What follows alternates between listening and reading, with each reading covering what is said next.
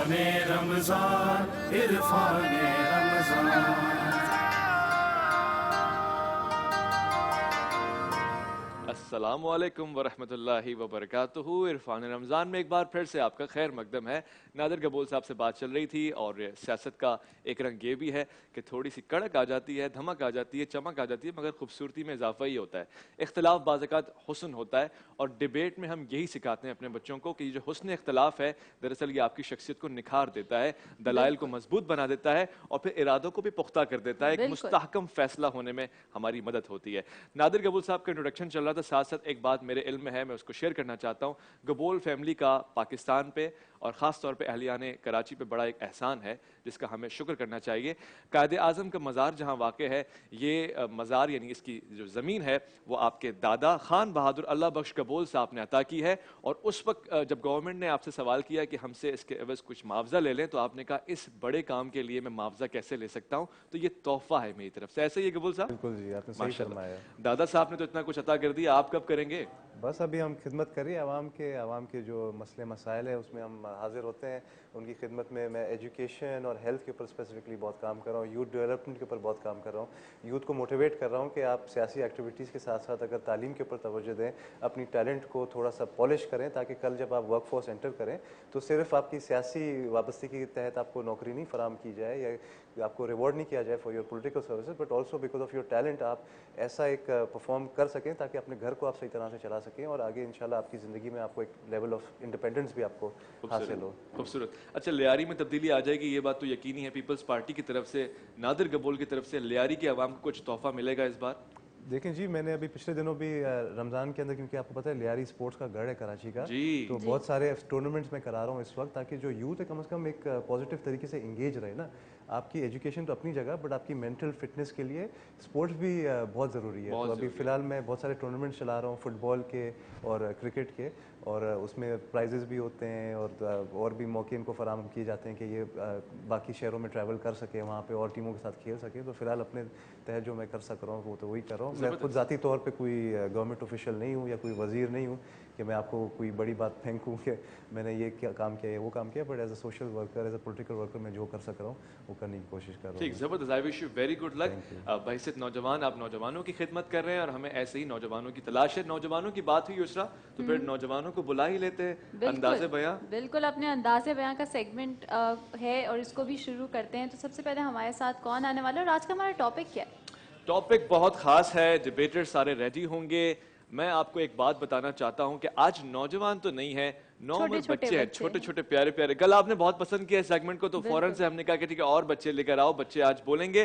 سب سے پہلے تو میں اپنے معزز ججز صاحبان کا تعارف کرانا چاہتا ہوں. پاکستان کا بڑا نام, ہمیشہ کی طرح ہمارا فخر, ہمارا اثاثہ, ہمارا ایسٹ. سب سے پہلے ڈاکٹر انجم رضوی صاحب کی خدمت میں سلام عرض ہے. السلام علیکم ورحمۃ اللہ. وعلیکم السلام, بہت شکریہ. اور اس کے بالکل ساتھ ہی ہمارے بہت اچھے دوست, بہت شفیق, بہت مہربان, ہمیشہ کتاب کا تحفہ لے کر آتے ہیں, علم سکھا کے جاتے ہیں, کتاب دے کے جاتے ہیں, ادریس غازی صاحب. السلام علیکم ورحمۃ اللہ. وعلیکم السلام.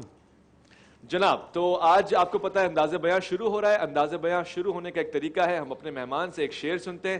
سب سے پہلے جو دو معزز مقررین ہمارے پاس ہیں ان کو آغاز دینے سے پہلے ہم نصرت صاحبہ سے کہیں گے کہ ایک شعر سنا دیں ہمیں پیارا سا, تاکہ انداز بیاں کی بات ہو. میرا شعر کچھ اقبال کا ہے اور ایکچولی آج کل کے حالات کے اوپر ہے کہ یوں تو تم سید بھی ہو, مرزا بھی ہو, اخوان بھی ہو, یوں تو سبھی کچھ ہو, تم بتاؤ مسلمان بھی ہو. صحیح, یوں تو سید بھی ہو, مرزا بھی ہو, اغوا بھی ہو, تم سبھی کچھ ہو, بتاؤ مسلمان بھی ہو. بہت اچھی بات ہے, اتحاد کا پیغام آپ نے دیا ہے. پہلا شعر آپ نے سن لیا اور ہمارے پاس پہلا پارٹیسپینٹ کون سا ہے یسریٰ؟ بالکل, ہمارے ساتھ جو پہلی پارٹیسپینٹ ہے ان کا نام ربیہ ہے اور ان کا ٹاپک ہے کہ تربیت بولتی ہے. تو ربیہ دل سے کہہ دو. سجا علی وقار, میں آغاز اس عظیم واقعے سے کروں گی کہ جب باپ نے اپنے بیٹے کو خواب کے بارے میں آگاہ کیا تو وہ سعادت مندی سے رضامند ہو گیا. یہ فیضان نظر تھا یا مکتب کی کرامت تھی؟ یہ فیضان نظر تھا یا مکتب کی کرامت تھی؟ سکھائے کس نے اسماعیل کو آداب فرزندی؟ جی ہاں جناب والا, تربیت بولتی ہے. حضور اکرم صلی اللہ علیہ وسلم کو معلم بنا کر بھیجا گیا کہ آپ کی تعلیم و تربیت سے عرب کی ایسی کایا پلٹی وہ کہ وہی قبائل جو باہم دست و گریباں تھے شیر و شکر ہوئے. سرکار وقار حضرت ابوبکر رضی اللہ تعالیٰ عنہ کی صداقت، عمر رضی اللہ تعالیٰ عنہ کی خطابت، عثمان رضی اللہ تعالیٰ عنہ کی سخاوت، حیدر کرار کی شجاعت اور حضرت امام حسین رضی اللہ تعالیٰ عنہ کی قیادت میں تربیت بولتی ہے. گزرتے قافلے کو جب ڈاکو لوٹ لیتے ہیں، انہی میں ایک بچہ اپنا اسباب اپنے ہاتھوں سے انہیں تھما دیتا ہے. ڈاکوؤں کا سردار حیران و پریشان، لیکن بچے کے چہرے پر تھا اطمینان، کیونکہ اس کی ماں کا تھا یہ فرمان کہ بیٹا سچ بولنے میں ہے اونچی شان. جی ہاں جناب والا، تربیت بولتی ہے جب یہی بچہ شیخ عبد القادر جنانی بن کر ایک عالم کی تربیت کرتا ہے. علامہ اقبال شاعر مشرق، محمد علی جناح قائد اعظم، سید احمد خان سر سید احمد خان بن کر آزادی کا علم لہراتے ہیں تو تربیت بولتی ہے.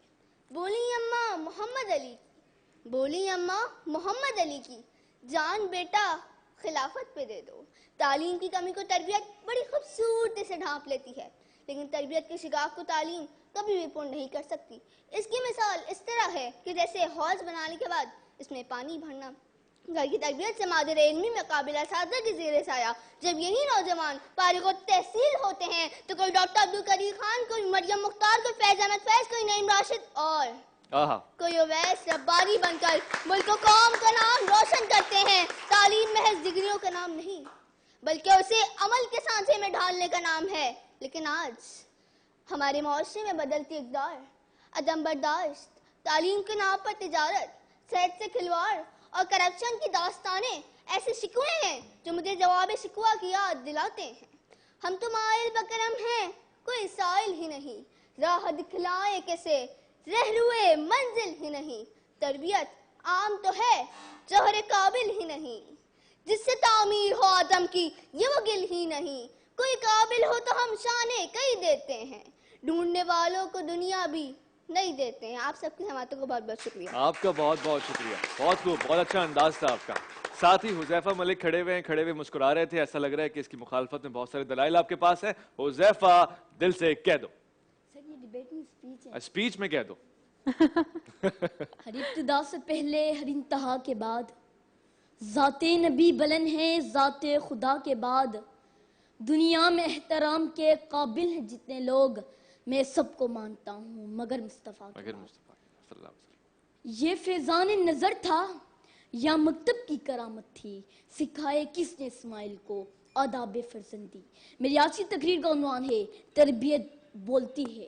جناب والا، یہ حقیقت ہے اگر پودا آم کا لگایا جائے تو کریلا نہیں اگتا، پودا جامن کا لگایا جائے تو آلو نہیں اگتا.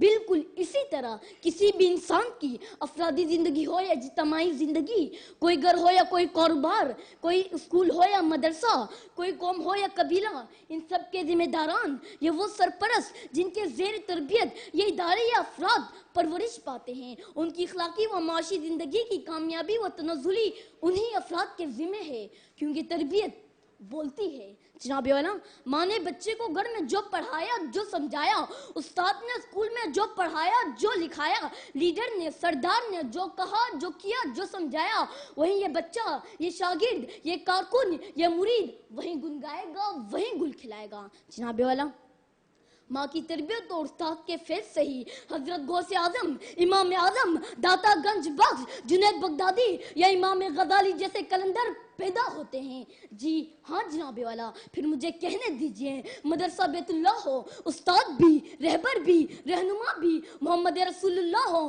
اور شاگرد اصحاب رسول اللہ ہو تو چشم فلک نے وہ نظارہ بھی دیکھا. 22 لاکھ مربع میل تک اسلامی حاکمیت کے زیر سلطنت کوئی کتا بھی بھوکا نہیں سوتا، گرچہ وہ جری جوان میدان جنگ کے اسمائے ہوئے شہ سوار، ان کی عاجزی و انکساری، ان کا حسن اخلاق، ان کی بردباری، ان کی بہادری، ان کی فرما برداری، ان کی قربہ پروری لازوال، بے مثال. اسی لیے قیامت تک کے انسانوں کے لیے ان کی پرورش مانند چراغ اور ہدایت کے لیے مشعل راہ بنائے گئے. جی جناب والا، پر افسوس آج کے اس پرسوز زمانے میں جہاں جدید علوم بھی عام، جدید سہولتیں بھی عام، مکتب بھی عام، والدین کی محبت، استاد کی الفت بھی عام، مگر جسے دیکھتے ہوئے مجھے کہنا پڑتا ہے، ہم سمجھتے تھے کہ لائے گی فراغت تعلیم، کیا خبر تھی کہ چلا آئے گا الہاد بھی ساتھ. آہا خوبصورت, بہت اچھے. اور دیکھیے ایک مقرر کتنا بیدار ہوتا ہے, جیسی گھنٹی بجی انہوں نے سمجھ لیا کہ اب وقت تمام ہو چکا ہے تو میں اب مختصر کر دوں تقریر کو. بہت اچھے ماشاءاللہ دونوں نے بہت اچھے انداز سے حق ادا کیا ہے. نادر قبول صاحب, اب جو اگلے مقررین آئیں گے وہ آپ کے اشعار کو سننے کے بعد آئیں گے, کیا انتخاب کیا آپ نے؟ میرا فیوریٹ ہمیشہ سے یہی رہا ہے کہ خود ہی کو کر بلند اتنا کہ ہر تقدیر سے پہلے خدا بندے سے یہ خود پوچھے بتا تیری رضا کیا ہے. بتا تیری رضا کیا ہے. تربیت بولتی ہے پھر صالحہ مرزا کیا بولتی ہے؟ صالحہ دل سے کہہ دو. اجازت. حضور آئے تو سر آفرین پا گئی دنیا, اندھیروں سے نکل کر روشنی میں آ گئی دنیا, ستے چہروں کا زنگ اترا بجھے چہروں پہ نور آیا, حضور آئے تو انسانوں کو جینے کا شعور آیا. جی ہاں جناب والا, یہ میرے نبی کی تربیت ہی تو ہے کہ جس نے 1400 سال پہلے جہالت کے اندھیرے میں گم معاشرے کو روشنی دکھائی, جہاں علم تو تھا مگر استعمال نہ تھا کیونکہ تربیت نہیں تھی, جہاں ادب تو تھا مگر تہذیب نہ تھی کیونکہ تربیت نہیں تھی. جی ہاں جناب والا, یہ میرے آقا کی تربیت ہی تو تھی کہ امام عالی مقام نیزے کی نوک پر بھی کلمہ حق بلند کرتے رہے. اسی طرح جناب والا, اسی طرح جب ایک شیرنی اپنے بچے کو شکار کرنا سکھاتی ہے تو اسے داؤ پیچ سکھاتی ہے, نصاب کی کتابیں نہیں سکھاتی. اور جب ایک شاہین اپنے بچے کو پرواز سکھاتا ہے تو اسے لپکنا جھپکنا سکھاتا ہے, کسی معلم کے پاس نہیں بھیجتا. اور پھر جب یہی تربیت انسانوں کی ہوتی ہے تو وہ محمد علی جناح سے قائد اعظم بن جاتے ہیں, اقبال سے علامہ اور سر سید احمد خان بن جاتے ہیں, کوئی عبدالستار عیدی تو کوئی رمضان چھپا بن جاتا ہے. اور پھر جب یہی تربیت میرے وطن کے جوانوں میں آتی ہے تو وہ شاہین بن جاتے ہیں. جناب والا, یہ تربیت ہی تو ہے کہ آج ہم دنیا کی چھٹی بڑی فوج ہیں. یہ تربیت ہی تو ہے کہ 27 فروری 2019 کو حسن صدیقی جیسے جعلی دشمن کو منہ توڑ جواب دیتے ہیں. صدر وقار, اگر تربیت نہ ہو تو دارالصحت جیسے ہسپتال ہوتے ہیں جہاں ننھی نشوا کو موت کے گھاٹ اتار دیا جاتا ہے. اگر تربیت نہ ہو تو ایک انسان دوسرے انسان کو حوث کا شکار بناتا ہے. اور 4 مئی 2019 جیسے واقعات رونما ہوتے ہیں جس کے نتیجے میں پھر قوم کی ایک بیٹی تشدد کا شکار بنتی ہے. جناب والا, اگر بات ہو رہی ہو تربیت کی تو میرے استاد محترم کا ذکر لازم ہے جنہوں نے مجھے بولنے کا فن سکھایا. اگر میرے استاد نہ ہوتے تو میری تربیت نہ ہوتی, اگر میری تربیت نہ ہوتی تو میں آج یہاں کھڑی نہ ہوتی. تعلیم تو ضروری ہے, تعلیم تو ضروری ہے مگر تربیت کے بغیر ادھوری ہے. پرواز ہے دونوں کی سی ایک فضا میں, پرواز ہے دونوں کی سی ایک فضا میں, کرگس کا جہاں اور ہے شاہی کا جہاں اور. الفاظ و معنی میں تفاوت نہیں لیکن, الفاظ و معنی میں تفاوت نہیں لیکن, ملا کی اذاں اور مجاہد کی اذاں اور, ملا کی اذاں اور مجاہد کی اذاں اور. آپ سب کی سماعتوں کا بہت بہت شکریہ. آپ کے اس انداز کا بہت شکریہ, بہت اچھی تقریر تھی آپ کی. اور ججز سارے مارکس آپ کے نوٹ کر رہے ہیں, کہاں کوئی غلطی ہے کہاں کوئی اچھی چیز ہے وہ آپ کو مینشن کر کے بتائیں گے. اقدس خان ہمارے پاس آئی ہیں, میرپور خاص سے آپ کا تعلق ہے, ایسٹرن پبلک اسکول سے آپ پڑھتی ہیں. اقدس خان, تربیت بولتی ہے پہ دل سے کہہ دو. تبتا صحرا ہے صدر علی وقار کہ کوئی کئی دنوں سے پیاسا ہے, پیاس کی شدت اتنی کہ ہونٹ سوکھ چکے ہیں, کہ سامنے مسلح صوفی لشکر ہے جو حسین کو للکارتا ہے کہ مجھ پر ایمان لے آؤ میں تمہیں معاف کر دوں گا, لیکن حسین انکار کر دیتے ہیں. وہ پھر للکارتا ہے کہ میری بات مان لو ورنہ مارے جاؤ گے, تو حسین کہتے ہیں مجھے مرنا تو قبول ہے لیکن تجھ پر ایمان لانا ہرگز قبول نہیں. پھر صدر علی وقار, وہ ذلیل یزید حسین ابن علی کو شہید کر دیتا ہے. لیکن صدر علی وقار 2 بول, وہ جو صرف 2 بول کی بات تھی, اگر حسین یہ کہہ دیتے میں تیری بات مانتا ہوں, میں تجھ پر ایمان لاتا ہوں, میں تیرے ہاتھ پہ بیعت کرتا ہوں, مگر حسین نے یہ نہیں کہا کیونکہ حسین کو اپنے نانا کا وعدہ نبھانا تھا, اپنے نانا کے دین کو بچانا تھا, ارے اپنی تربیت کو دکھانا تھا کہ تربیت بولتی ہے. کہ حسین نے اپنا سر کٹانا بہتر سمجھا اور تربیت کا عملی ثبوت دیا کہ حسین وہ کہ جس کی تربیت رسول اللہ اور شیر خدا نے کی, کیونکہ حسین